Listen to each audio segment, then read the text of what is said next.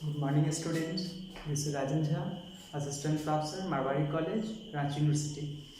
Today I am going to continue my last video where I have left with Introduction to Oligopoly Market. Today I have to discuss with you oligopoly and parts of oligopoly, that is types of oligopoly. Oligopoly में हम लोगों को दो देखना है, दो types के oligopoly होते हैं, एक कॉलिसिव ओलिगोपॉली और एक नॉन कॉलिसिव ओलिगोपॉली। कॉलिसिव ओलिगोपॉली में ये दो मॉडल हम लोग देखेंगे, एक मॉडल होगा कार्टेल और एक होगा प्राइस लीडरशिप का मॉडल। एक एक करके इस वीडियो में हम नॉन कॉलिसिव ओलिगोपॉली के दो मॉडल को देखेंगे, कार्टेल और प्राइस लीडरशिप।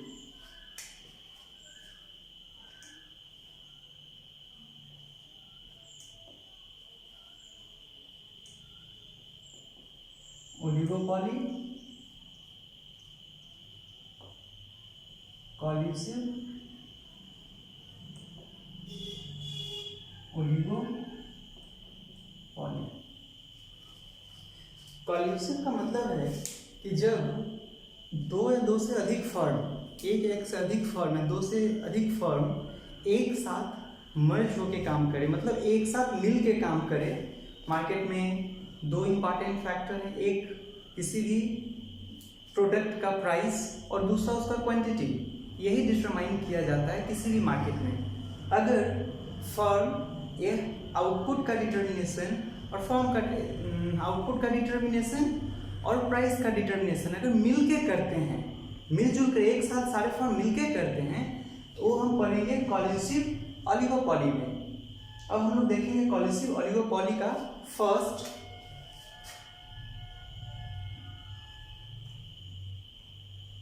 कार्टेल। कार्टेल तो कार्टेल क्या होता है?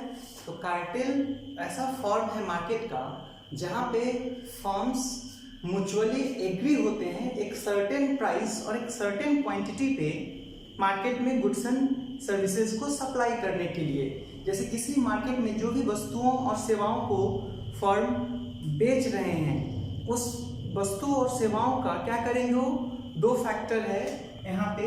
एक क्या है उसका प्राइस और दूसरा उस वस्तु की मात्रा। तो ये प्राइस और क्वांटिटी को जब कोई फर्म या कई फर्म मिलके एक साथ तय करते हैं और उसे तय कीमत पे और तय मात्रा में वस्तु को बाजार में भेजते हैं, बेचने के लिए, मार्केट में बिकने के लिए भेजते हैं, तो होता है कार्टेल फॉर्मेशन। कार्टेल में क्या होगा कि कई फर्म मिल जाएंगे आपस में और कई फर्म मिलके एक तरह से आप कह सकते हैं कि मोनोपोली प्राइस चार्ज करने लगते हैं। अब इसको हम एक एग्जांपल से समझते हैं। हम लोग देखें मोनोपोली मार्केट हम पढ़ चुके हैं। मोनोपोली मार्केट में क्या था, एक फर्म था, एक फर्म काफ़ी पावरफुल था, उसके कंट्रोल में प्राइस भी था और क्वांटिटी भी था। हालांकि मोनोपोलिस्ट भी एक साथ या तो प्राइस कंट्रोल कर सकता है या उस वस्तु के क्वांटिटी को कंट्रोल कर सकता है। साइमल्टेनियसली एक साथ दोनों को डिटरमाइन नहीं कर सकता है। या तो प्राइस को डिटरमाइन करेगा, क्वांटिटी को मार्केट पे उसको छोड़ना होगा, या क्वांटिटी को डिटरमाइन करेगा, प्राइस को मार्केट पे छोड़ना होता है। तो वो मोनोपोली था। तो मोनोपोली में आप क्या देखते थे, सिंगल फर्म था, वही अकेले पूरे मार्केट को मैनेज करता था। यहाँ हम देखेंगे कार्टेल में कि कई फर्म्स आपस में मिलके एक तय कर लेते हैं कि कोई सर्टेन प्राइस है। ऐसा क्यों होता है, क्यों ऐसा कार्टेल का फॉर्मेशन होता है? क्योंकि बहुत सारे फर्म होंगे मार्केट में, आपस में कंपटीशन होगा। कंपटीशन में सबसे खतरनाक कंपटीशन क्या होता है, प्राइस कंपटीशन। प्राइस कंपटीशन में क्या होता है ना, जो प्राइस कंपटीशन आप देखते हैं उसमें क्या होता है कि सारे फर्म एक दूसरे से कीमत की प्रतिस्पर्धा करते हैं। एक अपना प्राइस कम किया तो दूसरा उससे ज़्यादा प्राइस कम कर लिया, तीसरा उससे भी कम कर लिया प्राइस। फिर इसका एक्शन और रिएक्शन में प्राइस जो है, किसी भी वस्तु का प्राइस काफ़ी लो लेवल पे आ जाता है।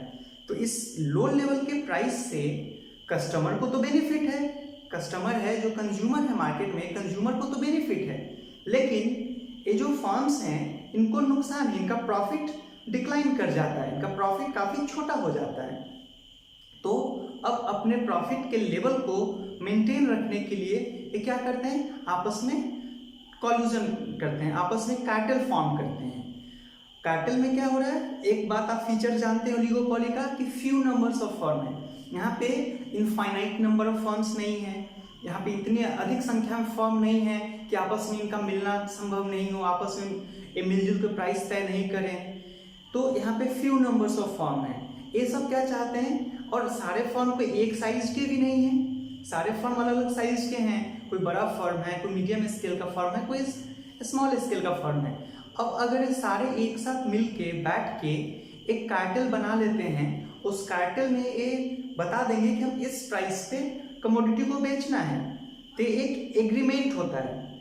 ये एग्रीमेंट किस तरह का हुआ, प्राइस और क्वांटिटी का एग्रीमेंट किसके बीच हुआ, सारे फर्म्स के बीच, जो फर्म्स उस इंडस्ट्री में एग्जिस्ट कर रहे हैं, और ये सारे एक साथ मिल बैठ के एक प्राइस और एक क्वांटिटी डिसाइड कर लेंगे और उसी प्राइस क्वांटिटी पे प्रोडक्ट को मार्केट में सेल करेंगे, तो एक कार्टेल फॉर्म कर जाएगा।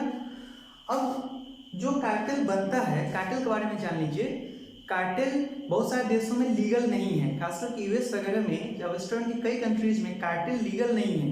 लीगल रूप से आप प्राइस को आर्टिफिशियली मैनेज नहीं कर सकते हैं, आप प्राइस को या क्वांटिटी को आर्टिफिशियल तरीके से मैनेज करना एंटी ट्रस्ट लॉ है, यूएस में एंटी ट्रस्ट लॉ के अगेंस्ट है। तो एक कार्टेल कई देशों में इनवैलिड है, कई देशों में कार्टेल जो है इनवैलिड है। लेकिन उसका एक एग्जांपल आपको बताते हैं, जो कार्टेल गवर्नमेंट लेवल पे भी है, कई कंट्रीज के बीच भी हमारे यहाँ चलता है। वो एक फर्म है OPEC, oil producing and export countries, organization of petroleum export countries करके है इसका फुल फॉर्म। ये ओपेक को 1970s के दशक में बनाया गया था। इसमें गल्फ कंट्रीज के कई देश इसमें शामिल हैं, जो मेनली क्या है, ऑयल प्रोड्यूसर है और ऑयल का एक्सपोर्टर है, और पूरे ऑयल मार्केट का जो क्रूड ऑयल मार्केट है, जो कच्चा तेल का मार्केट है, उस बाजार का बहुत बड़ा हिस्सा ये ओपेक के कंट्रोल में है। शुरू में 13 देशों का एक कार्टेल बना था। एक कार्टेल ने क्या किया कि ये जो organization of petroleum exporting countries, इन्होंने क्या किया, हम लोग ओपेक ध्यान रखेंगे, इन्होंने क्या किया, ये जो 12-13 कंट्री मिले थे, ये मिलके ऑयल के प्राइस को, क्रूड ऑयल के प्राइस को कंट्रोल किया। कैसे कंट्रोल किए, इन्होंने प्रोडक्शन को कई गुना कम कर दिया। 1970s में इन्होंने प्रोडक्शन को कम कर दिया। नतीजा क्या हुआ कि 1973-74 आते आते 1973-74 आते आते ऑयल प्राइस में, क्रूड ऑयल का प्राइस जो था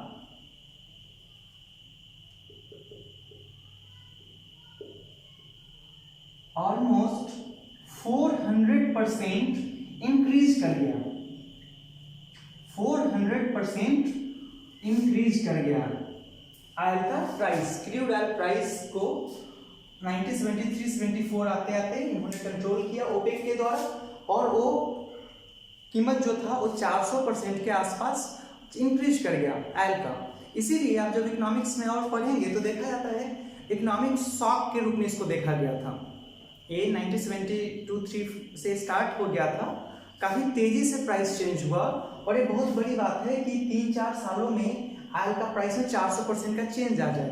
तो इकोनॉमी में एक शॉक लगा था, इसको हम लोग इकोनॉमिक शॉक के रूप में भी देखा गया था कि एक झटका के रूप में लगा, खास करके जो इंडस्ट्रियल इकोनॉमी है, इंडस्ट्रियल कंट्रीज हैं, जो इंडस्ट्री पे डिपेंड हैं, जिनके यहाँ इंडस्ट्री बेस है, उनके लिए बहुत बड़ा झटका था। और कह सकते हैं पूरा दुनिया के लिए ये 400% प्राइस इंक्रीज करना अपने आप में एक बहुत बड़ी घटना के रूप में आई सामने। तो एक कार्टेल का एक बेहतरीन एग्जांपल है आपका ओपेक, एक 12-13 कंट्री का ऑर्गेनाइजेशन है जो ऑयल के एक्सपोर्ट को कंट्रोल करती है। और इस ऑयल एक्सपोर्ट के कंट्रोल करने के कारण आज वर्ल्ड मार्केट में इनका काफ़ी इंपॉर्टेंस है। अब एक कार्टेल का एक एग्जांपल आपने देखा कि कार्टेल किस तरीके से काम किया। अब है कि इस कार्टेल को कुछ कंडीशन होंगे, जिस कंडीशन पे कार्टेल वर्क करेगी। तो कार्टेल वर्क तभी कर सकती है सही तरीके से, जो सबसे इंपॉर्टेंट फैक्टर है जितने भी फर्म हैं इनके बीच का म्यूचुअल अंडरस्टैंडिंग बेटर हो। सारे फर्म जो भी कार्टेल का हिस्सा बनना चाहते हैं किसी भी इंडस्ट्री का हो। दूसरी बात कि ट्रस्ट हो, एक दूसरे पे ट्रस्ट होना चाहिए। अब यहाँ पे कार्टेल बनने के लिए, कार्टेल बनाने के लिए और कार्टेल का सक्सेसफुल इम्प्लीमेंटेशन के लिए क्या जरूरी है कि सारे फर्म जो भी कार्टेल फॉर्म कर रहे हैं उनके प्रोडक्ट का सब्स्टिट्यूट अवेलेबल ना हो। इस बात को ध्यान रखिएगा कि उसका कोई सब्स्टिट्यूट मार्केट में अवेलेबल नहीं रहना चाहिए। सबसे पहले तो क्या ध्यान रखना है कि जो कार्टेल फॉर्म कर रहा है, जो भी फर्म्स मिलके कार्टेल को बना रहे हैं उनमें ट्रस्ट होना चाहिए, आपसे ट्रस्ट होना चाहिए। अगर ट्रस्ट नहीं है आपस में तो कार्टेल नहीं वर्क कर सकता है। सारे फर्म को एक म्यूचुअल अंडरस्टैंडिंग होनी चाहिए सारे फर्म का, म्यूचुअल अंडरस्टैंडिंग होनी चाहिए। नेक्स्ट जो इंपॉर्टेंट फैक्टर है इस कार्टेल के लिए, जो प्रोडक्ट का सब्स्टिट्यूट नहीं होना चाहिए।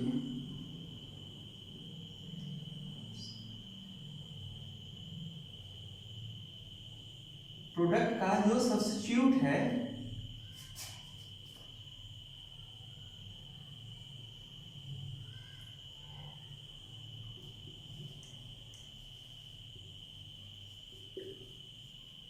प्रोडक्ट का सब्स्टिट्यूट अवेलेबल नहीं होना चाहिए, मतलब क्लोज सब्स्टिट्यूट नहीं होना चाहिए। ऐसे में क्या होगा कि अब कार्टेल बना क्यों रहे हैं, प्रॉफिट को इंक्रीज करने के लिए। और मान लीजिए जिस प्रोडक्ट का प्रोडक्ट है आपके पास, कोई भी प्रोडक्ट हो, अब इस प्रोडक्ट का अगर कोई क्लोज सब्स्टिट्यूट अवेलेबल हो, और मान लीजिए जिस इंडस्ट्री में आप कार्टेल बना रहे हैं, जिस इंडस्ट्री के भीतर कार्टेल बना, मान लीजिए उस इंडस्ट्री में नंबर ऑफ फर्म्स जो है 10 फर्म्स हैं, ठीक है।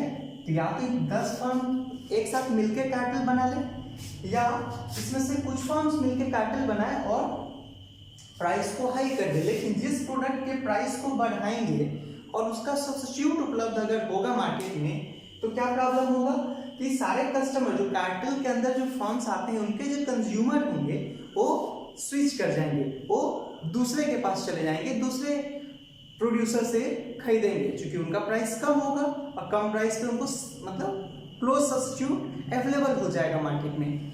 तो ध्यान क्या रखना है कि प्रोडक्ट का क्लोज सब्स्टिट्यूट नहीं होना चाहिए अवेलेबल। अगर अवेलेबल होगा तो प्राइस बढ़ाना जो है ना वो इन फर्म्स के लिए वो आत्मघाती साबित होगा, क्योंकि आप प्राइस क्यों बढ़ा रहे हैं, अपने प्रॉफिट को इंक्रीज करने के लिए। लेकिन उल्टा हो जाएगा, पता चला कि आप प्रॉफिट इंक्रीज करने के लिए प्राइस बढ़ाएं और क्या हो गया कि आपके कस्टमर दूसरे जगह स्विच कर गए, दूसरे फर्म्स में चले गए, दूसरे फर्म से वो प्रोडक्ट खरीदने लगे, तो आपको नुकसान हो जाएगा। तो ये ध्यान रखना है।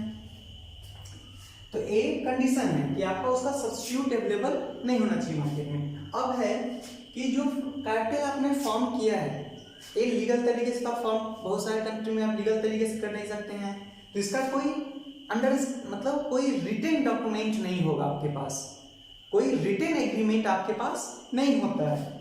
तो जब रिटेन एग्रीमेंट नहीं है तो आप जो प्राइस तय कीजिएगा वो एक ट्रस्ट और म्यूचुअल अंडरस्टैंडिंग के बेसिस पर प्राइस और क्वांटिटी को तय कीजिएगा। अगर ट्रस्ट है सारे फर्म का आपस में तब कार्टेल चलेगा। लेकिन इसमें प्रॉब्लम क्या है कि अगर कोई मान लीजिए फर्म है जो ज़्यादा प्रोड्यूस कर सकता है, यहाँ पे अब क्या होगा, आप प्राइस को फिक्स कर लिए आपस में मिलके। अब सारे फर्म मिलके क्या किया कि प्राइस को एक मोनोपोली प्राइस आपने चार्ज करना शुरू किया या हायर प्राइस आपने चार्ज करना शुरू किया। अब क्या है कि किसी भी फर्म को अगर अपना प्रॉफिट बढ़ाना हो, कोई छोटा फर्म हो जिसका प्रॉफिट कम है बड़े फर्म की तुलना में, वो चाहे कि अपने प्रॉफिट को हम इंक्रीज करें, तो अपने प्रॉफिट को इंक्रीज करने के लिए उनको क्या करना पड़ेगा, वो क्या कर लेंगे, वो चुपचाप तरीके से क्या कर सकते हैं कि अपने आउटपुट को इंक्रीज कर देंगे, आउटपुट को बढ़ा देंगे। तो आउटपुट जैसे ही बढ़ाएंगे तो उनका मार्केट शेयर उनका चेंज होगा, और उस तरीके से जैसे एक फर्म इस तरीके से करेंगे और एक पता चलेगा दूसरे फर्म्स को, तो क्या सामने आएगी समस्या कि अब यहाँ पे ट्रस्ट ब्रीच होगा। अब इससे क्या हो रहा है नुकसान, पूरा का पूरा जो कार्टेल है, अगर उसमें जितने भी प्लेयर्स हैं कार्टेल के, अगर वो यही काम शुरू कर दे, सब एक दूसरे को चीट करना शुरू कर दे, तो क्या प्रॉब्लम आएगी कि कार्टेल खत्म हो जाएगा, कार्टेल टूट जाएगा। अब इसमें एक और नुकसान हो सकता है, जैसे मान लीजिए जनरली छोटा फर्म अपने आउटपुट को बढ़ा के प्रॉफिट बढ़ाने के लिए जाए। अब मान लीजिए 8 फर्म मिलके कार्टेल बनाया, उसमें से एक फर्म बाहर निकल के अपना प्राइस को कम कर दिया या क्वांटिटी बढ़ा के उसने अपना प्रॉफिट अर्न करने लगा। अब अगर रिटेलिएशन होगा, अगर रिटेलिएट किया जाएगा कार्टेल के द्वारा, तो कार्टेल क्या कर सकती है यहाँ पे कि प्राइस को जो एवरेज कॉस्ट है उससे भी नीचे ला दे, प्राइस को काफी डाउन कर दे, ताकि ये जो फर्म जिसने चीट किया, जो एक फर्म चीट किया, क्वांटिटी को बढ़ा दिया या प्राइस को कम कर दिया, उसको क्या करेगा, मार्केट से बाहर कर देगा, वो मार्केट से बाहर हो जाएगा, क्योंकि ये सब अपने प्राइस को बहुत ज्यादा नीचे कर देंगे आपस में मिलके, तो उस फर्म वहां पे एग्जिस्ट नहीं कर पाएगा। इसलिए ये भी एक समस्या यहाँ पे आती है। तो यहाँ पे ट्रस्ट और म्यूचुअल अंडरस्टैंडिंग होना बेहद जरूरी है कार्टेल फॉर्मेशन के केस में। तो अगर आप ट्रस्ट पे वर्क करते हैं, म्यूचुअल अंडरस्टैंडिंग बेटर है, तो आप प्राइस को बढ़ा सकते हैं, प्राइस को कम कर सकते हैं, या प्राइस को बढ़ा सकते हैं, क्वांटिटी को मैनेज कर सकते हैं। ये आपके म्यूचुअल अंडरस्टैंडिंग पे डिपेंड करता है। अब यहाँ पे जो रोल होता है, जो बड़े फर्म्स हैं या जो स्मॉल फर्म्स हैं, इनका आपस में तालमेल सही हो, ताकि ट्रस्ट ब्रीच का समस्या नहीं आए, प्रोडक्ट सब्स्टिट्यूट की समस्या नहीं आए, तभी ये कार्टेल चलेगा। तो एक तो ये एग्रीमेंट हुआ आपस में, एक एग्रीमेंट के थ्रू सारे फर्म मिलके कार्टेल को बनाए। एक बोलते हैं tacit collusion.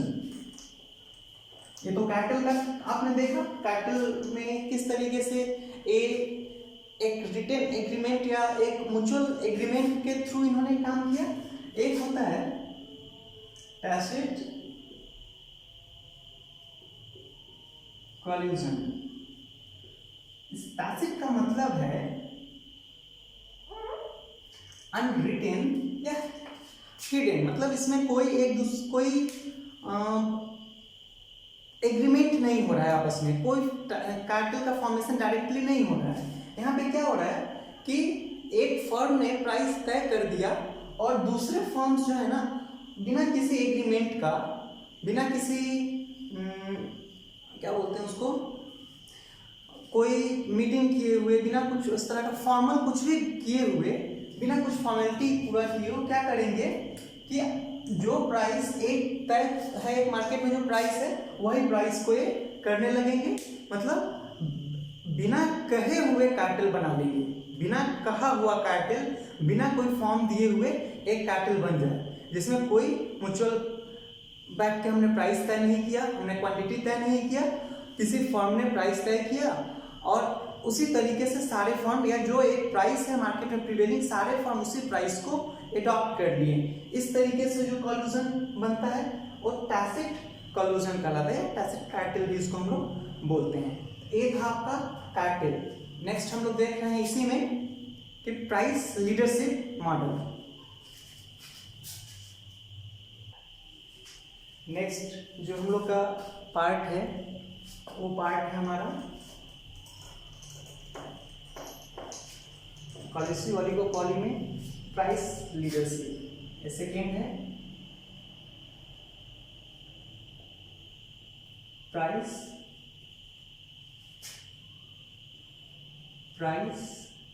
Leadership model. Price leadership model. तो ए पॉलिसी ओलिगोपॉली का सेकेंड मॉडल है price leadership model. Price leadership model बतलाता है कि किसी इंडस्ट्री में एक फर्म प्राइस तय करते हैं जो लीडिंग पोजीशन में हो और दूसरे फर्म्स उस प्राइस को फॉलो करते हैं। जनरली देखा जाता है कि मार्केट का जो डोमिनेंट फर्म है, जो फर्म डोमिनेंट है, वो प्राइस तय करते हैं और दूसरे फर्म्स जो स्मॉलर फर्म्स हैं वो उसको फॉलो करते हैं। तो ये ध्यान रखना है कि प्राइस लीडरशिप मॉडल सक्सेसफुल तब हो सकता है, इसका सक्सेस डिपेंड करता है कि इंडस्ट्री में, जो भी इंडस्ट्री हो उस इंडस्ट्री में सिंगल लार्ज फर्म हो एंड मल्टीपल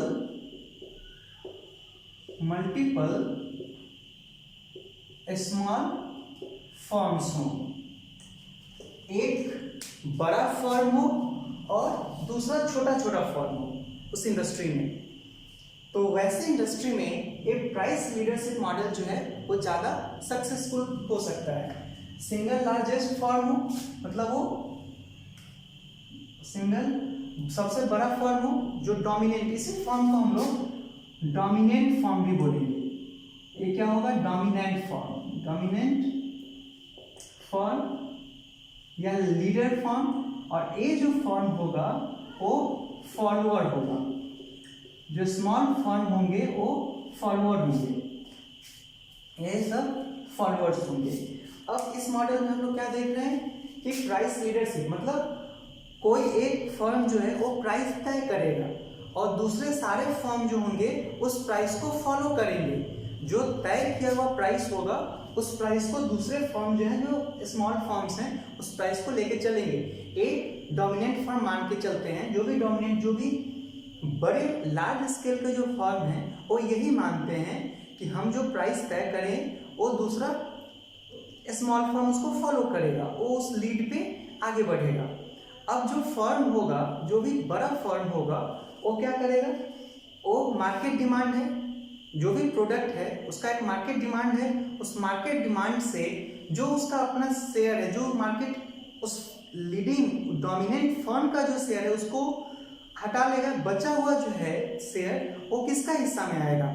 वही स्मॉल फर्म्स में। मान लीजिए किसी मार्केट में किसी प्रोडक्ट का डिमांड 200 यूनिट है, किसी भी प्रोडक्ट का डिमांड 200 यूनिट है। अब डोमिनेंट फर्म का अब मार्केट डिमांड कितना हो गया? 200 यूनिट।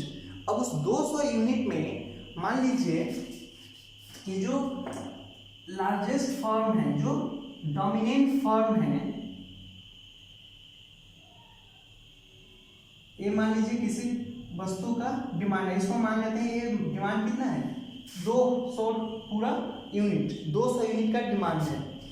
अब मान लीजिए एक लार्जेस्ट फर्म है, वो अपना डिमांड कितना है उसका?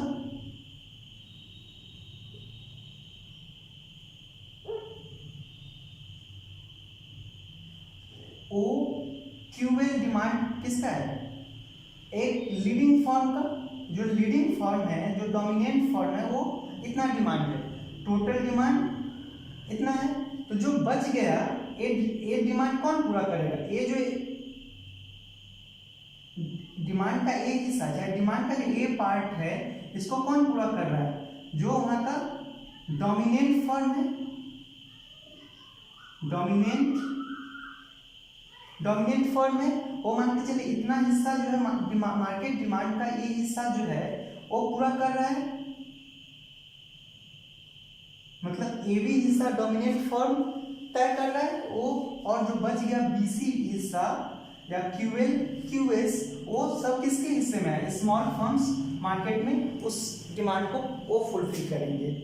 अब जो डोमिनेंट फर्म होंगे, जो लार्जेस्ट फर्म होंगे उस इंडस्ट्री के, वो अपना OQL डिमांड पे वो अपना जो उनका कॉस्टिंग होगा, जो उनका मार्जिन कॉस्ट वगैरह होगा, एवरेज कॉस्ट वगैरह होगा, वो प्राइसिंग अपना इस पे तय करेंगे कि उनको इतना मार्केट में सप्लाई करने पे, एक क्वांटिटी को सप्लाई करने पे उनको क्या प्राइस पे वो सप्लाई कर सकते हैं जिसमें उनको प्रॉफिट भी हो।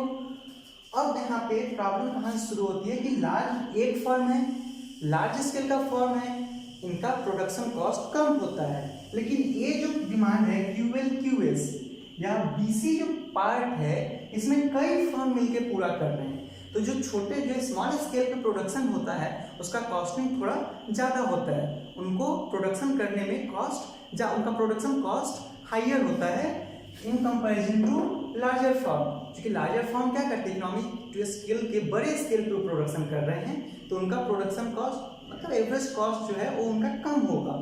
तो वो प्राइस को ऐसा भी रख सकते हैं जिसमें एवरेज जो उनका है कॉस्ट उसे थोड़ा सा ऊपर रख के वो प्रॉफिट अर्न कर सकते हैं। लेकिन ऐसा करेंगे तो ये जो स्मॉल फर्म है उनको बहुत नुकसान हो सकता है, क्योंकि इनका प्रोडक्शन कॉस्ट इनके प्रोडक्शन कॉस्ट से ज़्यादा होगा। ऐसे केस में क्या होगा कि जो डोमिनेंट फर्म है इनको अपना लीड मेंटेन करना है मार्केट में, इनको अपना मार्केट शेयर मेंटेन रखना है, इनको अपने प्रॉफिट लेवल को मेंटेन रखना है, तो क्या करेंगे कि प्राइस जो तय करेंगे वो स्मॉल स्केल फर्म के देख लेंगे कि इनका एवरेज कॉस्ट से कम ना हो, ये जो प्राइस तय करे वो इनके एवरेज कॉस्ट से कम ना हो। ऐसी स्थिति में प्राइस लीडरशिप मॉडल सक्सेसफुल काम करेगा।